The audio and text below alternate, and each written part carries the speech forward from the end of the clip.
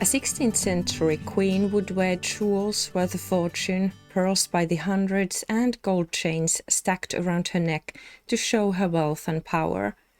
Catherine Jagiellon's jewelry collection was vast. Necklaces, pendants, armbands, girdles, and even jewel-studded gowns.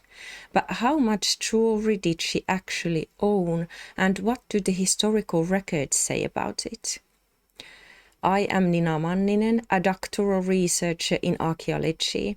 I study Catherine's possessions, and in this video we take a closer look at what the sources say about the treasures of this Renaissance queen. Catherine was born in 1526 as the youngest daughter of King Sigismund I of Poland.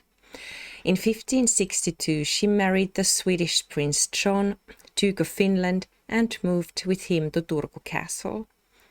The following year, King Eric of Sweden, John's brother, arrested the couple due to a conflict, confiscated their possessions and transported them to Sweden. Catherine and John were imprisoned for 4 years in Gripsholm Castle, while their belongings were kept in Stockholm. In 1567, King Eric was overthrown and John became the new king. Catherine was crowned Queen of Sweden in 1569. She passed away in Stockholm in 1583 after an illness. 3 contemporary documents provide insight into Catherine's possessions. The first is the Inventory of Dowry created in 1562 in Vilnius, where Catherine and John were married. This document lists the items Catherine brought from her home to Turku Castle, including her jewelry, clothing, dining and cooking utensils, furnishings, and even her household staff. The second document, the Inventory of Possessions, was written just a year later when the ducal pair was arrested and transferred to custody. This inventory was written in Stockholm Castle, and it details the property confiscated from them at Turku Castle and moved to Stockholm. Finally, the estate inventory was prepared in Stockholm in 1583, and it lists the valuables Catherine had in her possession at the time of her death. All documents list necklaces first. They were made of gold and precious stones and are the most valuable items. In the Swedish documents, the necklaces are sorted into carcanets and neckbands, but in the Polish Inventory of Dowry, they are all called neckbands. Both are relatively short necklaces, carcanets made of linked elements and neckbands more rigid. Although carcanets could vary in length, the entries suggest that those mentioned in the documents were short and close-fitting. Most of them have pendants attached, and the documents list their total value. The priciest item in the documents is a carcanet made of 3 diamond pieces, 2 ruby pieces, and 6 pearl pieces, with a diamond and ruby pendant. Its value was 16,800 thaler, which makes over 100,000 euros today. The Inventory of Dowry and the Estate Inventory have 17 different items in this category, and the Inventory of Possessions has 23. Some of the items can be found in all 3 sources, but the documents include at least 28 different items. The Inventory of Possessions catalogues the valuables belonging to Catherine and Duke John collectively. However, a comparison with the Inventory of Dowry indicates that most items in this category belong to Catherine. Pearls were the most commonly used gemstone in necklaces. They were typically used as complementary elements, usually set in pairs or clusters, but one neckband in the Inventory of Dowry was made entirely of pearls. Other than that, a combination of diamonds and rubies was the most common, and sometimes emeralds were also added. More rarely appearing gemstones are sapphires, balas rubies, hyacinths, and garnets. While no actual carcanets have survived, one is perhaps pictured in a portrait of Catherine's granddaughter, Anna Maria Vasa, in 1596. It is possibly the most valuable item mentioned earlier, only a little modified, and one of the carcanets described in every document. In the estate inventory, it is described as follows. A large carcanet with 3 large table-cut diamonds, the largest set with 2 rubies and the other 2 with 3. 2 large table-cut rubies, each with 2 diamonds. 2 large emeralds, each with 2 diamonds. 6 pieces of pairs of pearls, each with 2 rubies, and 12 small table-cut diamonds between the pieces, complete with a pendant with a large table-cut diamond, a large ruby above, surrounded by 3 diamonds and 3 rubies, and a large elongated oriental hanging pearl below. In the portrait, we can see the largest diamond with 2 rubies, a couple of the pearl pieces with 2 rubies, and 2 of the 12 small diamonds. The pendant is pictured identically to the description. Especially the longer carcanets were used by women and men, as were the long gold chains. Chains were considered a privilege belonging only to the nobility. Chains were also very popular and they were worn stacked on the neck. This is also evident in Catherine's portrait and the documents. At least 80 different chains are included there.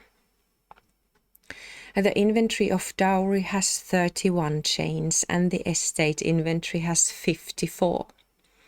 The inventory of possessions, including both Catherine and John's valuables, has 23 chains, but at least 17 of these belonged to Duke John.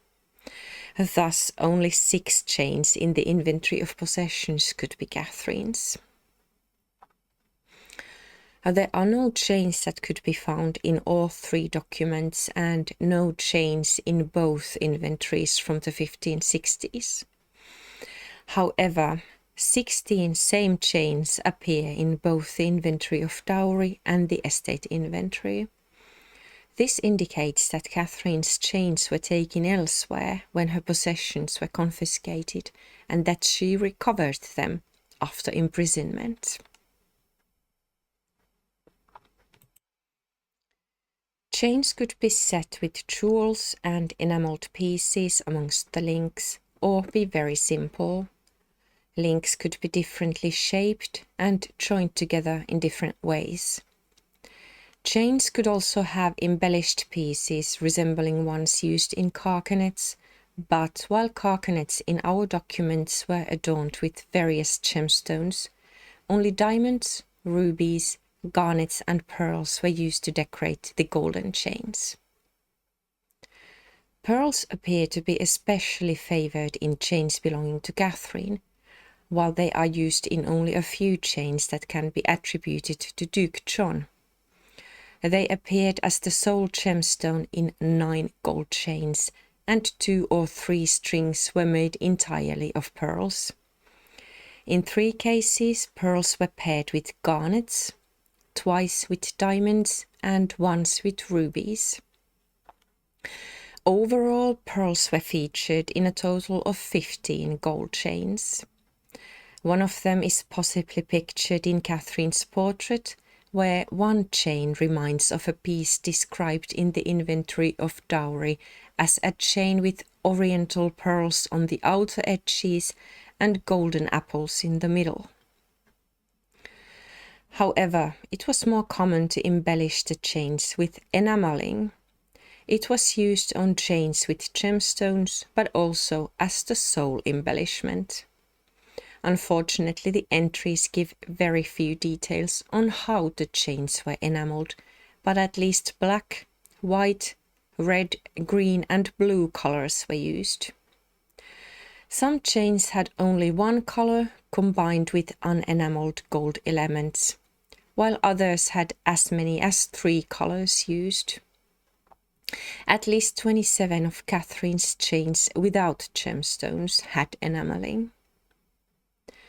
The most common, however, were plain gold chains. There were at least 40 of these. But even then they could be very ornate. Links of different shapes and sizes, like smaller and larger or round and flat rings, twisted bars and smooth and frilled links were used on these. There were also different methods of making the chains. The most common are anchor chains and armor chains. All documents feature pendants belonging to different necklaces and those listed separately. Most pendants have been removed and individually recorded in the inventory of possessions, where only 3 of 33 pendants are still attached to a necklace. In contrast, necklaces are typically listed along with matching pendants in the other 2 documents. 12 pendants are attached to a necklace and another 12 are listed separately in the inventory of dowry, while 8 pendants are listed as belonging to a necklace in the estate inventory and 20 are separate. The 3 documents contain at least 61 different pendants, only 7 of which are present in all of them. Another 7 can be found in both the inventory of dowry and the inventory of possessions, 2 in the inventory of dowry and the estate inventory, and 4 in the inventory of possessions and the estate inventory. Both women and men wore pendants with necklaces, although based on iconographical descriptions it was more common for men to decorate themselves with medals. In the inventory of possessions, medals are listed separately from the pendants. In the inventory of dowry, they are mentioned as belonging to gold chains or among separate pendants. No medals are found in the estate inventory. The separate listing of additional pendants suggests that they were interchangeable. In addition to a necklace, separate pendants could also be attached straight to the gown or other item of clothing such as a hat.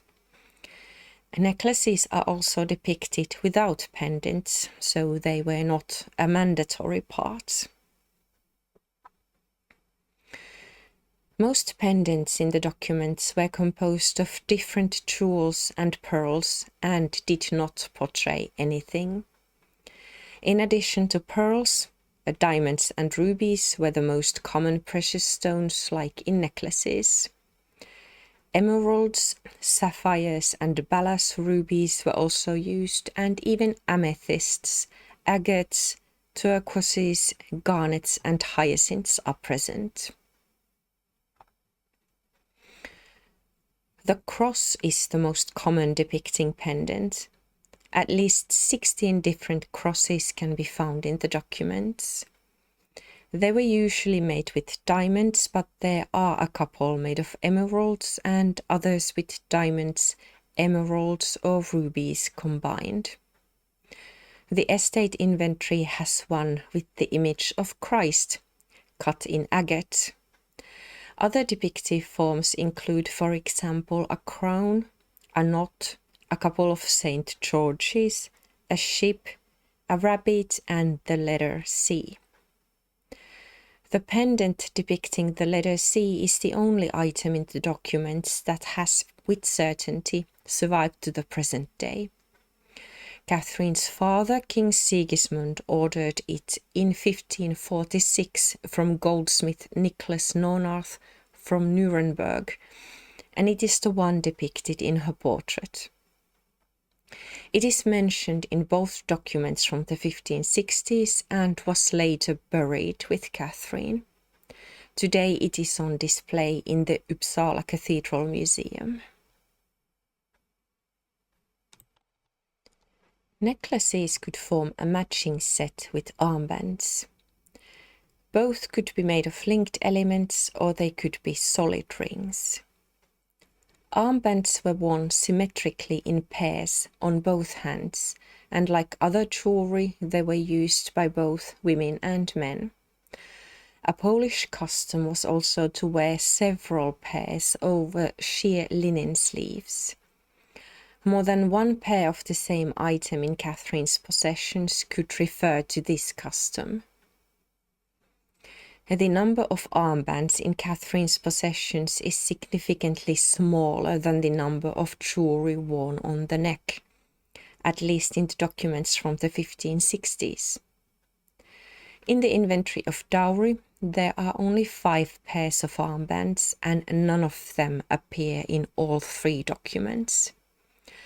However, a dowry pair made of linked ruby and pearl elements and a pair with rubies, diamonds and pearls can be found in the inventory of possessions, and another dowry pair of diamonds, rubies and pearls in the estate inventory. In addition to the ones mentioned, there are 2 other pairs and 1 singular armband in the inventory of possessions. One pair is similar to the others mentioned and are made with diamonds, rubies and pearls. The other pair consists of red and white coral rings, and the singular one is a crystal ring with gilded silver embellishments. While the documents from the 1560s have only 5 pairs or singular armbands each, the estate inventory has 18. As mentioned, only one of these is surviving from the earlier documents, and Catherine has acquired a manifold after ascending to the throne. The armbands listed were embellished only with diamond, rubies and pearls. The diamonds were used in 6 pairs or singular items and were always paired with rubies. At least 3 pairs of singular armbands were set with rubies without diamonds, and pearls were used in all items set with other gemstones and solely on one item. However, the majority were not set with gemstones. A total of 17 pairs of singular items were embellished only with a technique like filigree or cutwork, or with enamel at most. All of these are found in the estate inventory. The matching sets with armbands and necklaces could be complemented with girdles. They were used as accessories in fashionable dresses, not for functional purposes, and they could be made of linked elements like necklaces and armbands, or chains, and even textiles. Even men used girdles, so the ones described in the inventory of possessions do not necessarily belong to Catherine, but to Duke John. The inventory of dowry describes 22 girdles, the inventory of possessions 8, and the estate inventory 11. Together, between the documents, there were at least 37 different girdles, but only one can be found in all 3. It was made of enameled diamond, ruby and pearl pieces. One made exclusively of pearls can be found in both the inventory of dowry and the estate inventory, and the inventory of possessions mentions a Polish drawn silver wire girdle, which could be one of the 2 silver fabric girdles described in the inventory of dowry. Only 6 of the girdles had gemstones. Again, pearls were the most common. They were used in all girdles with other gemstones, and at least one was made entirely of pearls. Rubies were used in 4 girdles, diamonds in 2, and sapphires and balas rubies in 1. The most common girdles were made of gold or silver fabric, but they appear only in the inventory of dowry. There were 14 of these, 2 made of silver and 12 golden. 2 golden ones were decorated with golden ouches, which are stud-like jewelry pieces. Enameling was used as the sole embellishment in 9 chain girdles, and 5 were plain golden. Like neck chains, they were composed of differently shaped and combined rings and links. Belt ends appear only in the estate inventory. This and the fact that the girdles in the other 2 documents are light in weight indicates that the earlier girdles were short, reaching only around the waist, and only later became longer, even when Catherine is shown wearing a longer chain girdle in an earlier portrait. At least 6 of the 11 girdles in the estate inventory have belt ends attached, and 4 are listed separately. Usually they had hanging pearls or gold buttons hanging from small chains, and some are described as being triangular or bell-shaped. Finger rings were among the most popular jewelry of the Renaissance. Therefore, it is perplexing why only 1 finger ring appears in the earlier documents. It is a plain golden ring without gemstones, and it's found in the inventory of possessions.